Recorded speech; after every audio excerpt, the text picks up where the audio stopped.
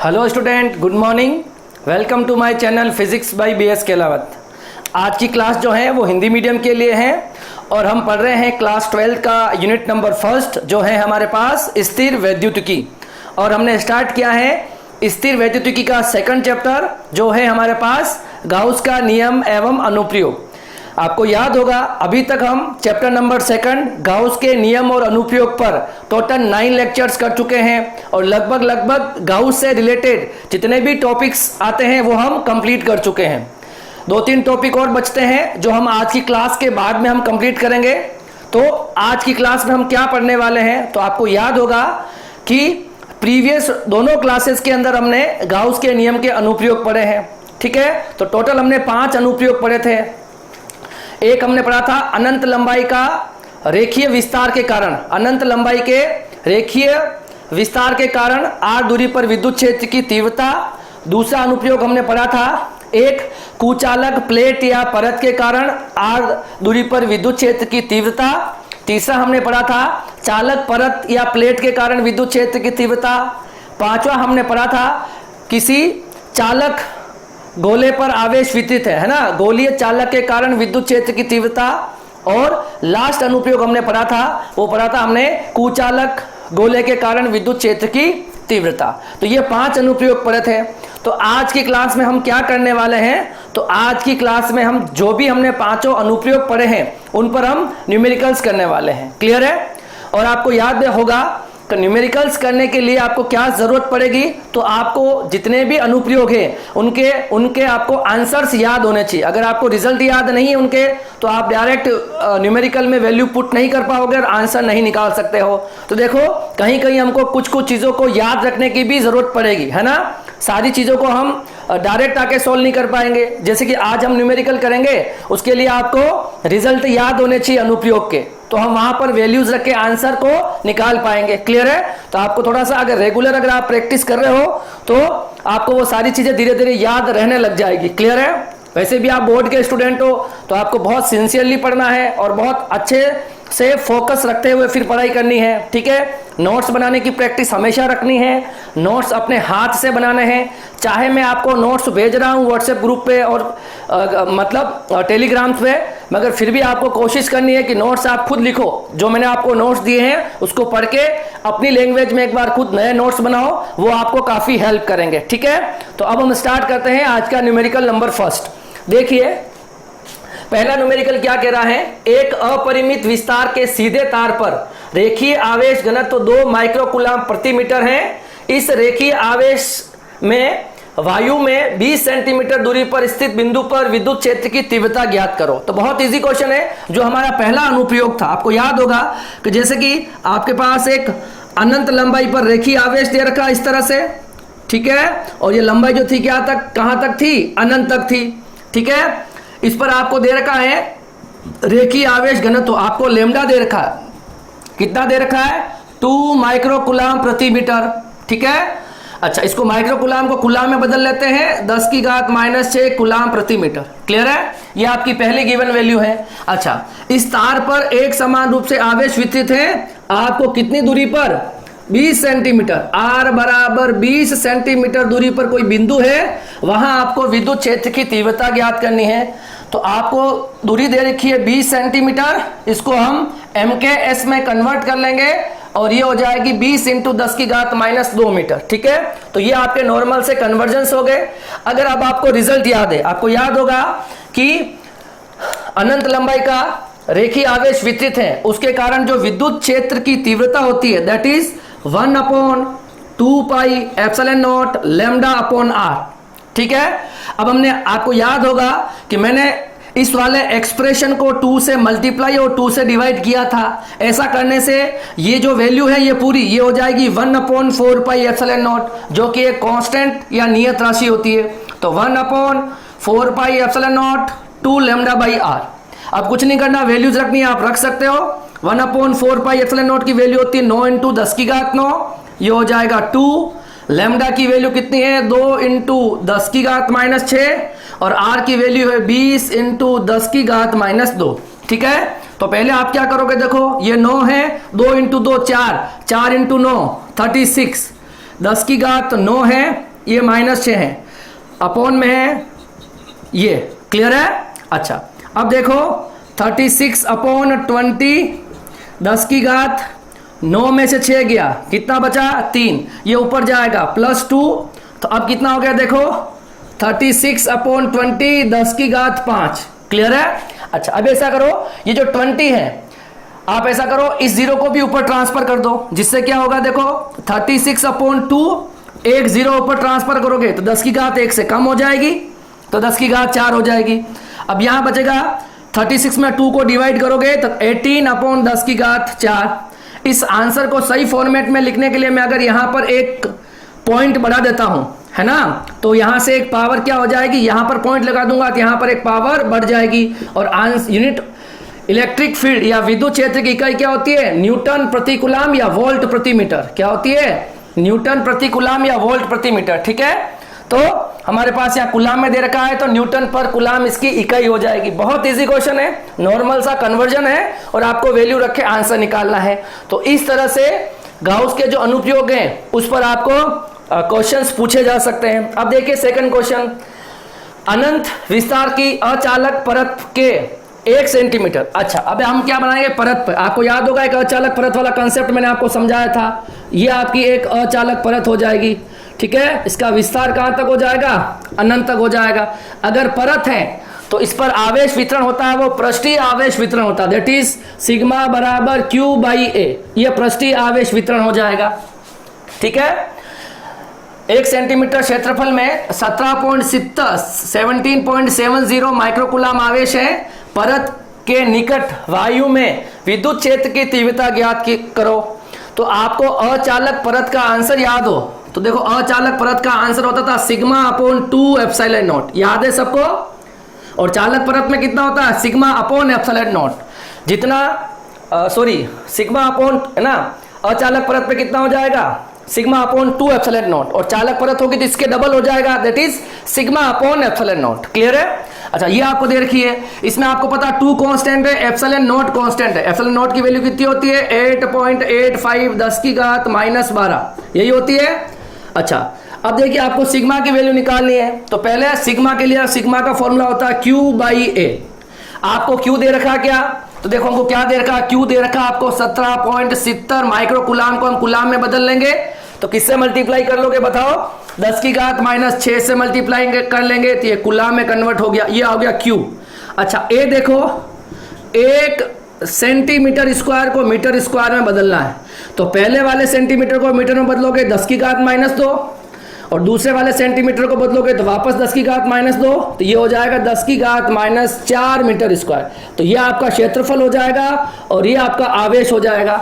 इस वैल्यूज को आपको यहां रखना है, सिग्मा इक्वल टू Q कितना है 17.70 10 की घात -6 अपॉन A कितना है 10 की घात -4, ठीक है।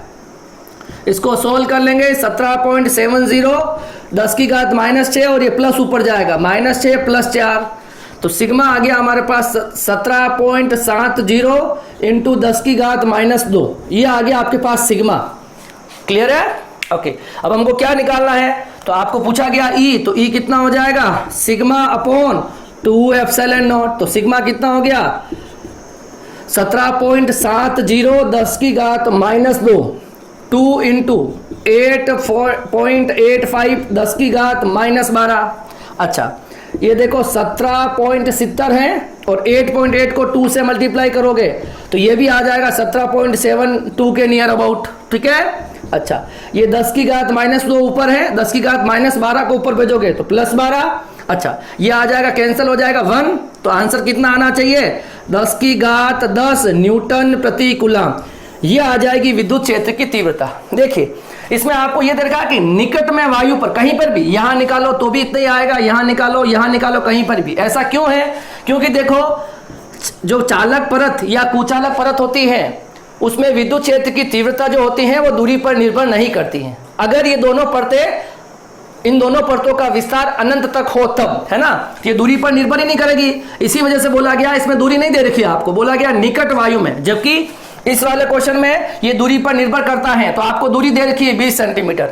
ठीक है, आपको ये बात ध्यान में रखनी है कि इस तरह के क्वेश्चन में कभी कभी दूरी दे रखी होगी, है ना, कि इतनी दूरी पर निकालो, तो आपको कंफ्यूज नहीं होना है, क्योंकि विद्युत क्षेत्रता चालक परत और कुचालक परत के कारण दूरी पर निर्भर ही नहीं करती। क्लियर है? तो ये दो नॉर्मल से क्वेश्चन हो गए। कुछ क्वेश्चन हम और करेंगे, इसको आप कॉपी करो तब तक। देखिए क्वेश्चन नंबर 3 क्या कह रहा है, एक अपरिमित चालक पट्टिका पर आवेश घनत्व 4 × 10⁶ सेंटीमीटर स्क्वायर है। पट्टिका के निकट एक आवेश -2 × 10⁻⁻6 कूलाम रखा गया है। आवेश पर लगने वाला बल ज्ञात कीजिए। ठीक है, अब इस बार आपको एक चालक पट्टिका दे रखी, क्या दे रखी है, एक चालक पट्टिका दे रखी है। अब उस पर आपको आवेश घनत्व दे रखा है सिग्मा। क्या दे रखा, आवेश घनत्व आपको 4 × 10⁻⁻6। ठीक है, और इस पर जो आपको आवेश दे रखा है Q बराबर वो दे रखा -2 × 10⁻⁻6। ठीक है, अच्छा इसकी यूनिट हो जाएगी कूलाम मीटर स्क्वायर। क्लियर है? अब आपसे क्या पूछा गया है कि यहां से कुछ दूरी पर एक आवेश रखा गया, ये वाला Q रखा गया है, इस पर कितना बल लगता है वो ज्ञात करना है, बल ज्ञात करना है। कोई भी दूरी R हो सकती है, क्योंकि देखो मैंने बताया था आपको कि चालक परत और कुचालक परत के कारण विद्युत क्षेत्र की तीव्रता जो होती है वह दूरी पर निर्भर ही नहीं करती। क्लियर है? तो देखिए अब आपको ध्यान में हो तो विद्युत क्षेत्र में आवेश पर बल कितना लगता है, आवेश पर बल दैट इज F बराबर QE, जहां पर Q आवेश हो जाएगा और E यहां पर विद्युत क्षेत्र की तीव्रता हो जाएगी। तो बल निकालने के लिए आपको Q × E की रिक्वायरमेंट होगी। ठीक है, तो आपके पास Q कितना है बताओ, वो है आपके पास 2 × 10⁶ कूलाम।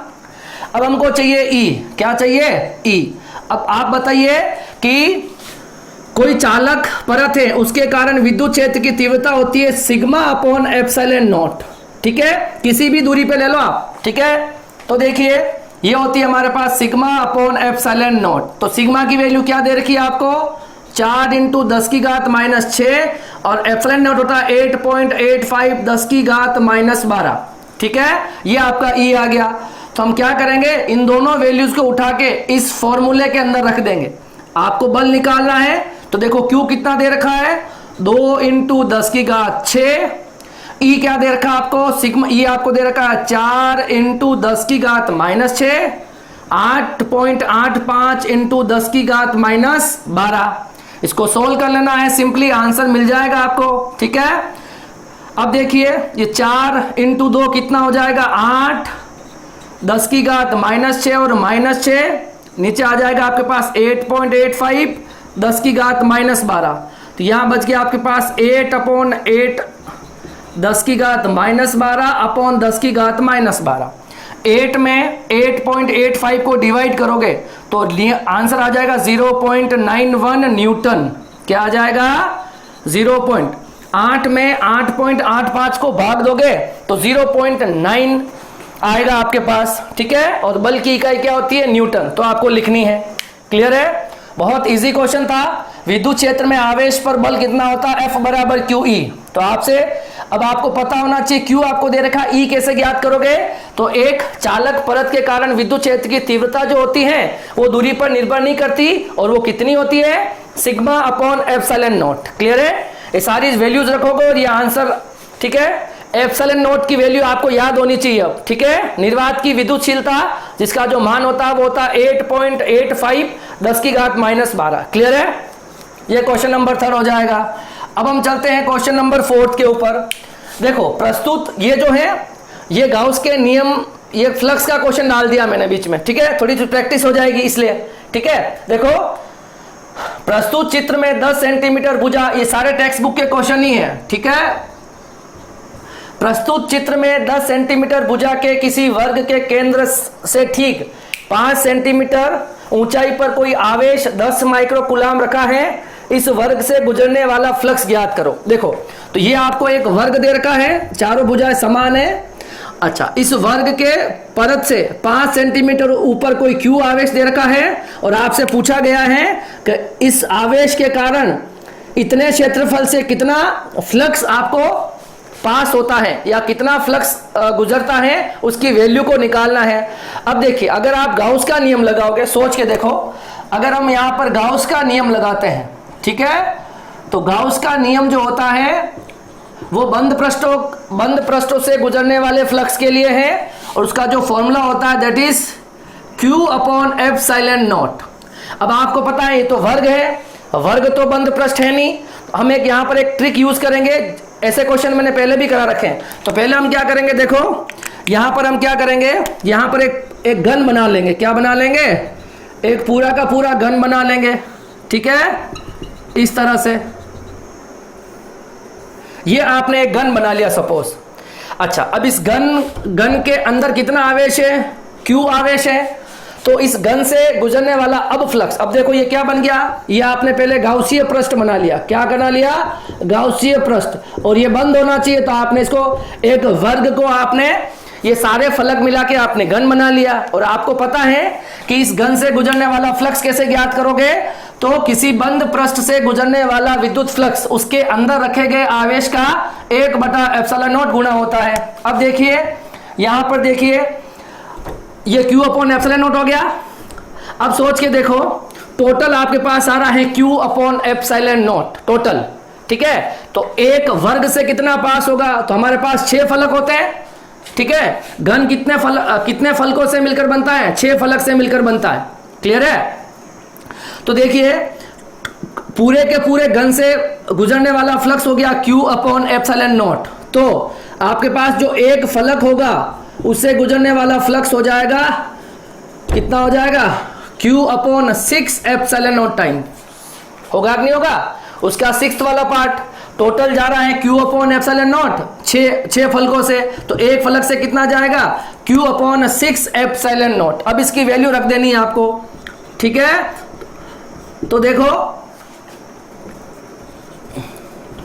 फलक को हम वर्ग भी कह सकते हैं ना, एक फलक जो होता है वो वर्गाकार ही होता है ना। अच्छा, Q की वैल्यू क्या दे रखी है बताओ, Q की वैल्यू आपको दे रखी है 10 माइक्रोकूलाम। तो ये हो जाएगा 10 की घात -6। 10 माइक्रोकूलाम को कूलाम में कन्वर्ट कर लिया, 6 इंटू ε0 की वैल्यू कितनी थी, 8.85, 10 की घात -12 हो जाएगी।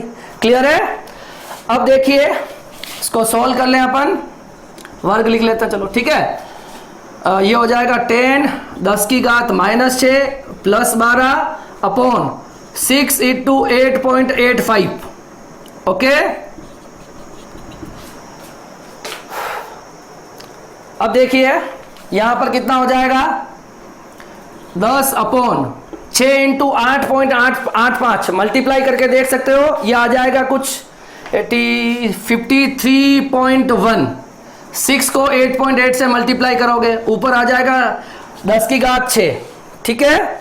अब देखिए हमको डिवाइड करना है, तो कैसे करेंगे बताओ। हम क्या करेंगे, यहाँ पर एक 0 यहाँ पर बढ़ा लेते हैं, 100 कर देंगे, पीछे एक 0 कम कर देंगे और 53.1 को डिवाइड कर लेंगे, ठीक है। तो 100 में 53.1 को हम डिवाइड करेंगे तो आंसर आ जाएगा आपके पास 1.91 इंटू 10⁵। और यूनिट क्या होती है बताओ, यूनिट हो जाएगी आपके पास न्यूटन मीटर स्क्वायर पर कूलम। ये आपके पास फ्लक्स की क्या होती है, इकाई होती है। क्लियर है। इस क्वेश्चन में कोई दिक्कत तो नहीं है। देखो आपको पूछा गया है कि एक आपको वर्ग दे रखा है, उसके केंद्र पर, उसके पृष्ठ के केंद्र पर एक आवेश दे रखा है 5 सेंटीमीटर ऊपर एक आवेश दे रखा है, और आपको क्या ज्ञात करना है, इस वर्ग से गुजरने वाला फ्लक्स। तो हम गाउस का नियम उपयोग में लाएंगे। तो पहले हम इस वर्ग को घन में कन्वर्ट कर लेंगे, तो घन का जो फ्लक्स होगा वो हो जाएगा Q/ε0। तो एक फलक से गुजरने वाला फ्लक्स उसका कितना पार्ट, 1/6/ε0, ठीक है। कुल फ्लक्स ये है, तो एक फलक से जाने वाला फ्लक्स हो जाएगा Q/6/ε0, और वैल्यूज रखनी है और आपको आंसर मिल जाएंगे, ठीक है। फ्लक्स की इकाई जो होती है वो न्यूटन मीटर स्क्वायर पर कूलम होती है। क्लियर है। ये आपके इन क्वेश्चंस को आप कॉपी करो, फिर हम आगे नेक्स्ट क्वेश्चन करते हैं। देखिए क्वेश्चन नंबर 5 जो है वो क्या है, एक समान आवेशित कुचालक प्लेट जिसकी चौड़ाई d है एवं परत का विस्तार अनंत है, प्लेट के केंद्र से x दूरी पर P बिंदु पर विद्युत क्षेत्र की तीव्रता ज्ञात करो। देखो ये आपको एक ऐसी एक प्लेट दे रखी है जिसको मैंने थोड़ा चौड़ा बता रखा, मतलब इसकी मोटाई इतनी है, समझ में आ रहा ना। एक प्लेट है और कुचालक प्लेट है। जब आप इसको आवेश दोगे तो आवेश इसके अंदर आयतन में भी होंगे और बाहर होंगे, क्योंकि कुचालक के अंदर भी आवेश होता है। अगर चालक परत होती तो अंदर, अगर डी चौड़ाई की चालक परत होती तो अंदर आवेश शून्य होता है ना, और सारा का सारा आवेश क्या होता, पृष्ठ पर होता। मगर अभी ये कुचालक प्लेट दे रखी है डी चौड़ाई की, ठीक है। आपको पूछा गया है इस कुचालक प्लेट जो है उसके केंद्र से x दूरी पर हम मान लेते हैं P बिंदु है, वहां पर आपको विद्युत क्षेत्र की तीव्रता ज्ञात करनी है, ठीक है। तो हम लगाएंगे गाउस के नियम का कंसेप्ट। गाउस के अनुप्रयोग अगर आपने पढ़े हो तो सबसे पहले हम फ्लक्स निकालेंगे, और फ्लक्स निकालने के लिए आपको एक सममित आकार का गाउसीय पृष्ठ बनाना होगा। जिस बिंदु पर विद्युत क्षेत्र की तीव्रता ज्ञात करनी है उसके सिमेट्रिकल हमको क्या करना होगा, एक गाउसीय पृष्ठ बनाना होगा। तो सबसे पहले हम क्या कर लेते हैं, आपको पता है अगर इस तरह का आवेश वितरण है और अगर मैं गाउसीय पृष्ठ बनाना चाहूं तो देखो इस तरह का गाउसीय पृष्ठ बन जाएगा, एक बेलनाकार आकृति का। इधर भी x दूरी ले लो, इधर भी x दूरी ले लो, और ये बेलनाकार आकृति का गाउसीय पृष्ठ बना लिया आपने, ठीक है।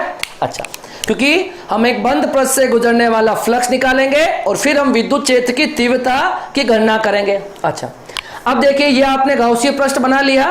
अब गाउसीय पृष्ठ बनाने के बाद बेलनाकार आकृति का गाउसीय पृष्ठ बना है तो इसके 3 पृष्ठ हो जाएंगे।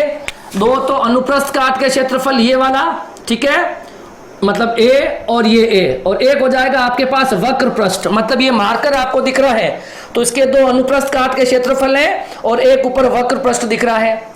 वक्र पृष्ठ की दिशा कैसे होगी बताओ, ऐसे, और अनुप्रस्थ काट के क्षेत्रफल की दिशा इधर और इधर। तो सबसे पहले तीनों पृष्ठों की दिशा बनाएंगे।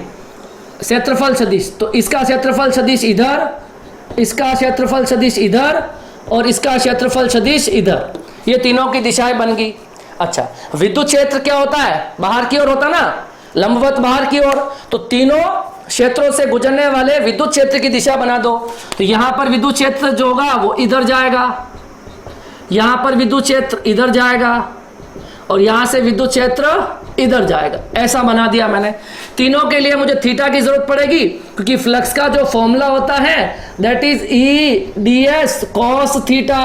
तो थीटा कैसे निकालोगे, थीटा इन दोनों के बीच में 0 डिग्री है, वक्र पृष्ठ के लिए थीटा 90 है और इसके लिए भी कितना हो जाएगा 0 डिग्री, ठीक है। इससे हमारा फ्लक्स आ जाएगा इजीली। आपसे यही पूछा था केंद्र से x दूरी पर, तो देखो केंद्र से x दूरी के प्रत्येक बिंदु पर विद्युत क्षेत्र की तीव्रता समान हो जाएगी। अभी निकाल रहे देखो हम, तो आपको गाउस के नियम के जब हमने अनुप्रयोग किए थे तो आपको याद होगा सबसे पहले हम फ्लक्स का फॉर्मूला लगाएंगे और इसमें 3 पृष्ठ हो गए। तो पहला पृष्ठ, दूसरा पृष्ठ और तीसरा पृष्ठ, तीनों के फ्लक्स को जोड़ना है। इसको मैं दे देता हूं पहला पृष्ठ, इस वाले अनुप्रस्थ काट को दूसरा पृष्ठ और इसके लिए हो जाएगा तीसरा पृष्ठ। ये तीनों पृष्ठ आपने ले लिए और तीनों के लिए फ्लक्स निकाल लेंगे, फ्लक्स 1, फ्लक्स 2 और फ्लक्स 3। इसके लिए हो जाएगा देखो EDS, याद है आपको, EDS cos 0 डिग्री, इसके लिए भी EDS cos और इसके लिए EDS cos 90, ठीक है। तो ये हो जाएगा E और DA मिला के ये हो जाएगा A। उस वाले अनुप्रस्थ काट के क्षेत्र के लिए भी हो जाएगा EA cos 0, तो ये हो जाएगा E इंटू A। और फ्लक्स तीसरा जो है cos 90, थीटा कितना है, वक्र पृष्ठ के लिए थीटा 90, तो ये हो जाएगा 0। तो फ्लक्स कितना आ जाएगा 2 इंटू E इंटू A। आपको ये ध्यान रखना है यहाँ पर जो A है ये अनुप्रस्थ काट का क्षेत्रफल ये वाला A है। क्लियर है क्या? ओके, अब हम एक फ्लक्स का फॉर्मूला ये आ गया। अब हम लगाएंगे गाउस का नियम। क्या लगाएंगे? गाउस के नियम से फ्लक्स निकाल लेंगे। तो गाउस का नियम से फ्लक्स कितना होता है, ये होता है Q inside upon epsilon not. मतलब इस गाउसीय पृष्ठ के अंदर कुल कितना आवेश मान रहे हो आप, ये Q इन निकालना है आपको। अच्छा, कैसे निकाला है? तो आपको पता है इसमें आयतन आवेश वितरण है और मतलब आयतन में भी आवेश है ना, सब जगह आवेश है। तो रो बराबर होता है Q, हम मान लेते हैं Q इनसाइड अपॉन आयतन, नीचे क्या आ जाएगा, रो क्या होता है, आयतन आवेश वितरण। एकांक आयतन में वितरण आवेश को क्या कहते हैं, आयतन आवेश वितरण। अच्छा, अब देखिए ये हो जाएगा रो, इसको मान लूंगा मैं Q टोटल, Q इनसाइड मान रहा हूं मैं, टोटल कितना मान रहा हूं, Q मान रहा हूं। अच्छा, मुझे बताओ इस वाले जो बेलनाकार आकृति है गाउसीय पृष्ठ, इसका आयतन कितना हो जाएगा? तो आयतन देखो, ये जो दूरी है ये x और ये x, तो टोटल लंबाई कितनी हो जाएगी? 2x, और इसका एरिया आपने ले रखा है a। तो आयतन क्या होता है? लंबाई इंटू उसका एरिया। तो q कितना आ जाएगा? रो इंटू 2x इंटू a, ये आ जाएगा आपके पास q। ठीक है, मतलब इस बेलनाकार आकृति के अंदर कितना q है? तो रो इंटू 2x इंटू a। ठीक है ना, तो कितना हो जाएगा? q इनसाइड हो गया q अपॉन q इनसाइड कितना आया बताओ? Rho into 2x into a upon epsilon naught. ये हो गया हमारे पास इक्वेशन नंबर 2। आपको ध्यान में, दोनों फ्लक्स निकालने के बाद अगर विद्युत क्षेत्र की तीव्रता ज्ञात करनी है, दोनों को बराबर रखेंगे। ये आ गया हमारे पास 2 into E into A equal to rho into 2x into A upon epsilon naught. देखो यहां से 2a से 2a कैंसिल हो रहा है, तो विद्युत क्षेत्र की तीव्रता कितनी आ रही है? रो x अपॉन एप्सिलॉन नॉट। अच्छा, इस यहां से आपको क्या पता चल रहा है कि E और x में क्या रिलेशन है? E और x एक दूसरे के समानुपाती है। मतलब जैसे जैसे आप केंद्र से पृष्ठ की ओर आओगे, जैसे जैसे आप केंद्र से पृष्ठ की ओर आओगे, वैसे वैसे विद्युत क्षेत्र की तीव्रता क्या होती है? बढ़ती है। ठीक है ना, यहाँ रखा गया आवेश है, तो केंद्र से आप पृष्ठ की ओर जब आओगे ना, तो विद्युत क्षेत्र की तीव्रता क्या हो जाएगी? बढ़ जाएगी। अच्छा, ये वैसे आपका जो क्वेश्चन पूछा गया था वो यही है, मगर हम एक काम और कर सकते हैं, मैं आपको इसके पृष्ठ पर पूछ लूं। वैसे पृष्ठ पर और बाहर तो विद्युत क्षेत्र की तीव्रता समान होती है, तो सपोज मैं आपको पृष्ठ के लिए भी पूछ लूं अगर, ठीक है, तो इसी के लिए अगर मैं आपको पृष्ठ बना दूं, सपोज यहां पर, सपोज, ठीक है, ये दोनों, ये आवेश वितरण दे रखा है। टोटल जो लंबाई है वो लंबाई आपको दे रखी है d। ये केंद्र से मैं पृष्ठ पर आ जाऊं तो ये हो जाएगी d/2 और यहां पर भी हो जाएगी d/2। अब देखो, इस बिंदु पर विद्युत क्षेत्र की तीव्रता ज्ञात करनी है, तो यहां पर गाउसीय पृष्ठ बनाओ, तो ऐसा गाउसीय पृष्ठ बन जाएगा, ये मान लो। ठीक है, बाहर का केस भी देख लेंगे, बाहर भी वो सेम ही होगा फिर। ठीक है, पहले हम पृष्ठ पर देख लेते हैं सपोज। ठीक है, अच्छा, इसकी टोटल लंबाई हो जाएगी d, इसका एरिया हो जाएगा a। अब गाउसीय पृष्ठ पर 3 पृष्ठ होते हैं ना, बेलनाकार आकृति पर तीनों पृष्ठ हैं, 2 वक्र पृष्ठ और एक वक्र पृष्ठ हो गया ये वाला, और 2 आपके अनुप्रस्थ काट के क्षेत्रफल। तो सबसे पहले तीनों के हम क्या बनाएंगे? क्षेत्रफल सदिश। इसकी दिशा भी हो जाएगी इधर, इस पर विद्युत क्षेत्र की तीव्रता हो जाएगी लंबवत बाहर की ओर, तो थीटा हो जाएगा दोनों के बीच में 0 डिग्री। वक्र पृष्ठ का कोई भी केस लो, विद्युत क्षेत्र इधर और आपका क्षेत्रफल सदिश लंबवत बाहर की ओर, तो थीटा कितना हो जाएगा? 90 डिग्री। इसके लिए देखो, ये हो जाएगा क्षेत्रफल सदिश और विद्युत क्षेत्र की तीव्रता बाहर की ओर, तो थीटा कितना हो जाएगा? 0 डिग्री। वैसे ही केस बना, मगर इसमें टोटल Q जो होगा वो बदलेगा। देखो मैं बता रहा हूं अभी कैसे। अब देखो, इसमें सबसे पहले फ्लक्स निकालने के लिए हम क्या करते हैं? तीनों फ्लक्स निकालेंगे, फ्लक्स 1, फ्लक्स 2 और फ्लक्स 3, तीनों निकालेंगे। अब देखो, यहां पर आएगा EDS cos 0, यहां पर भी आएगा EDS cos 0 और यहां पे आएगा EDS cos 90। cos 90 की वैल्यू 0, तो वक्र पृष्ठ से गुजरने वाला फ्लक्स 0 हो जाएगा।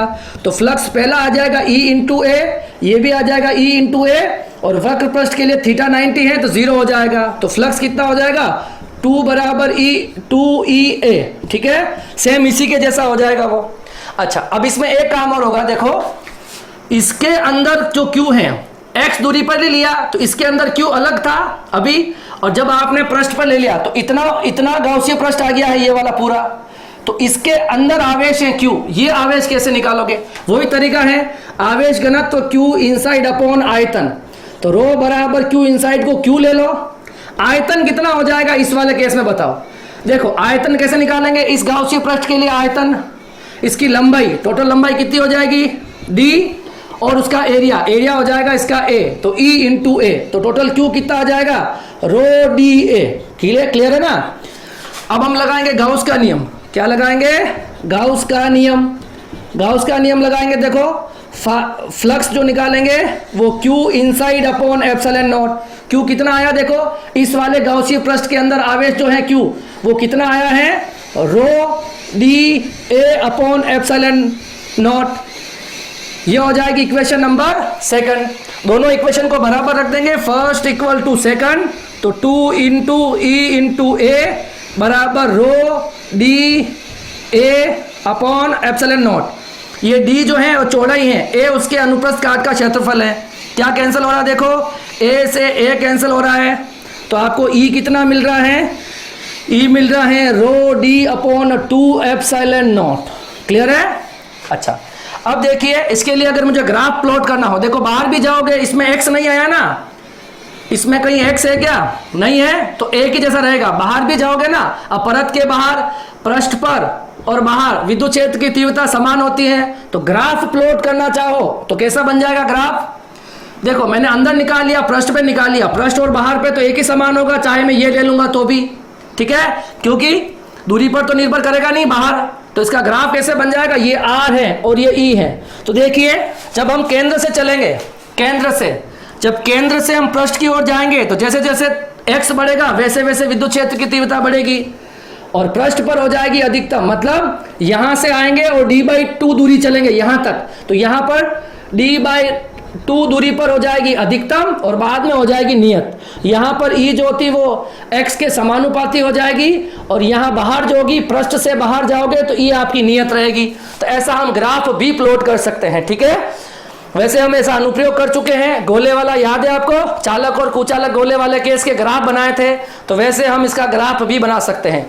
ये जो क्वेश्चन दिया था मैंने, इसका आंसर यहाँ तक है, पर मैंने इसमें 2 कंडीशन और डाल दी है। पृष्ठ पर भी विद्युत क्षेत्र की तीव्रता निकाली है और जो पृष्ठ पर होगी वो बाहर होगी, तो पृष्ठ से जैसे जैसे बाहर जाओगे तो ई जो होगी वो आपकी नियत रहेगी। क्लियर है? बहुत अच्छा क्वेश्चन है, ये टेक्स्ट बुक में नहीं दे रखा है, मगर ऐसे ही आपकी प्रैक्टिस के लिए क्वेश्चन है, तो बहुत अच्छा क्वेश्चन है, इसको आप कॉपी कर लो। एक क्वेश्चन मैं और करवाता हूं जो इस बार बोर्ड के अंदर आया है और लगभग सारे स्टूडेंट उसको गलत करके आए हैं, ठीक है, क्योंकि उन्होंने टेक्स्ट बुक के क्वेश्चन सारे सॉल्व नहीं किए थे। बाकी टेक्स्ट बुक का ही क्वेश्चन था, थोड़ा सा उसमें ट्रिक यूज करनी थी और उसमें आंसर मिल जाएगा।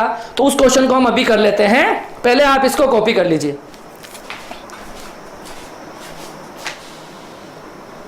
देखिए क्वेश्चन नंबर 6 जो है वो बहुत इंपॉर्टेंट क्वेश्चन है, ठीक है, और ये इस बार बोर्ड के अंदर भी पूछा गया है क्वेश्चन, और ये क्वेश्चन मैक्सिमम बच्चों से क्वेश्चन नहीं हुआ है, ठीक है। बोर्ड के अंदर हो सकता है इसकी कुछ वैल्यू चेंज दे रखी होगी, मगर as it is same question है, ठीक है। देखो क्वेश्चन क्या है, एक इलेक्ट्रॉन 0.1 त्रिज्या के वृत्ताकार पथ पर अनंत रेखीय आवेश के चारों ओर चक्कर लगा रहा है। आपके गाउस के नियम का पहला अनुप्रयोग, अनंत, इस तरह से अनंत एक रेखा के ऊपर आवेश वितरण है और रेखा जो है वो अनंत तक है। क्लियर है? ओके, इसके चारों ओर एक इलेक्ट्रॉन चक्कर लगा रहा है, ठीक है। मान लो इतनी त्रिज्या को बनाते हुए एक इलेक्ट्रॉन यहां पर चक्कर लगा रहा है, एक इलेक्ट्रॉन इसके चारों ओर चक्कर लगा रहा है, ठीक है। ओके, यदि रेखीय आवेश घनत्व तो 10⁻⁻6 हो, अगर आपको लैम्डा दे रखा हो 10⁻⁻6, त्रिज्या दे रखी है 0.1, आपको पूछा गया है इलेक्ट्रॉन का वेग कितना होगा। ये जो इलेक्ट्रॉन है ये घूम रहा है इसके चारों तरफ, इसका वेग कितना होगा। अब इसमें कंसेप्ट क्या यूज करना पहले तो वो सोचो। देखिए अगर रेखीय आवेश घनत्व के कारण, आपको याद है कोई आवेश अगर किसी अनंत रेखा पर वितरित है, उसके कारण r दूरी पर विद्युत क्षेत्र की तीव्रता कितनी होती है, तो आपको ध्यान में होगा तीव्रता होती है E = 1/2 pi epsilon not lambda upon r। इसको मैं 2 से मल्टीप्लाई डिवाइड कर लूं तो आ जाएगा 1/4 pi epsilon naught 2 lambda by r, ठीक है। अनंत रेखीय आवेश के कारण विद्युत क्षेत्र की तीव्रता, ये जो पहला अनुप्रयोग था। क्लियर है?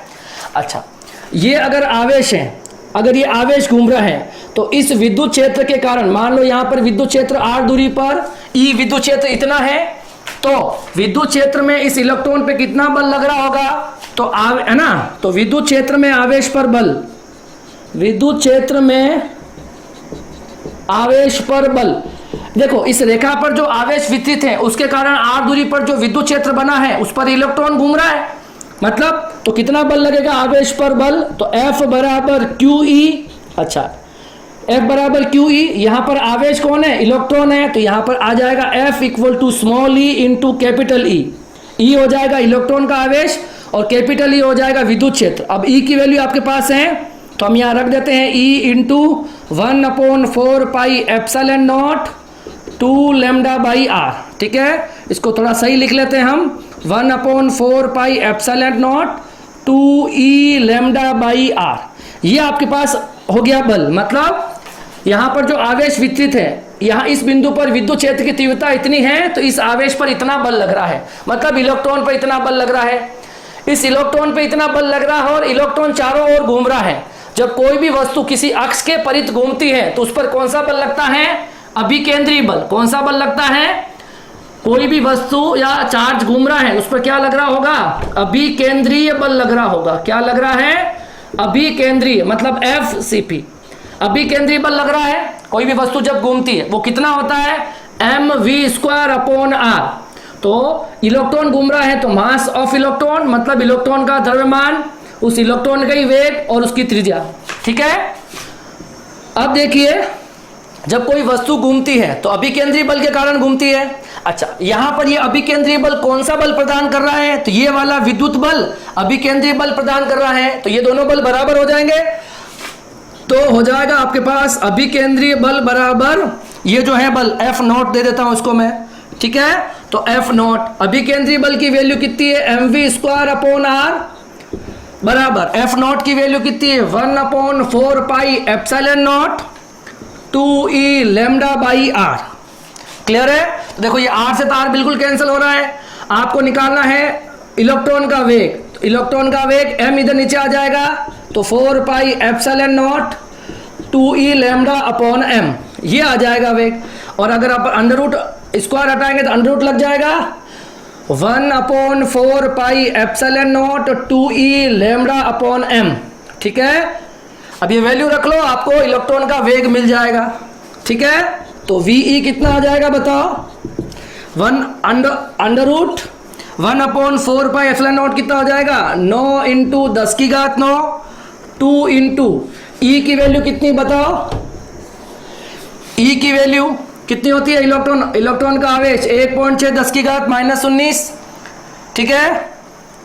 2 × E, लैम्डा आपको दे रखा है, लैम्डा हमको दे रखा है 10⁻6, ओके। और मास ऑफ इलेक्ट्रॉन कितना होता है? इलेक्ट्रॉन का द्रव्यमान 9.0 10⁻31।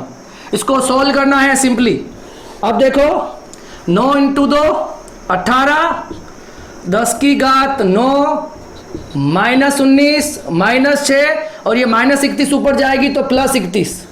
क्लियर है? और ये बच जाएगा आपके पास 9। क्लियर है? कितना बच जाएगा नीचे? 9। ओके, और कुछ? अच्छा, 1.6 और बाकी रह गया है, तो मैं ये 1.6 और लिख देता हूँ ना। 9 × 2 18, ये वाला 1.6, 10⁻9 -19 -6 और +31। क्लियर है? अच्छा, 9 को 2 से कैंसिल कर देंगे, 2 टाइम्स 2 को, तो ये हो जाएगा 2 को करेंगे 3.2, 2 × 1.6 3.2, और ये हो जाएगा 10 की घात देखो 31 और 9 40, और 19 और 6 25, तो 40 में से 25 जाएगा तो कितना बचेगा? 15 बचेगा, 15 बचेगा ना।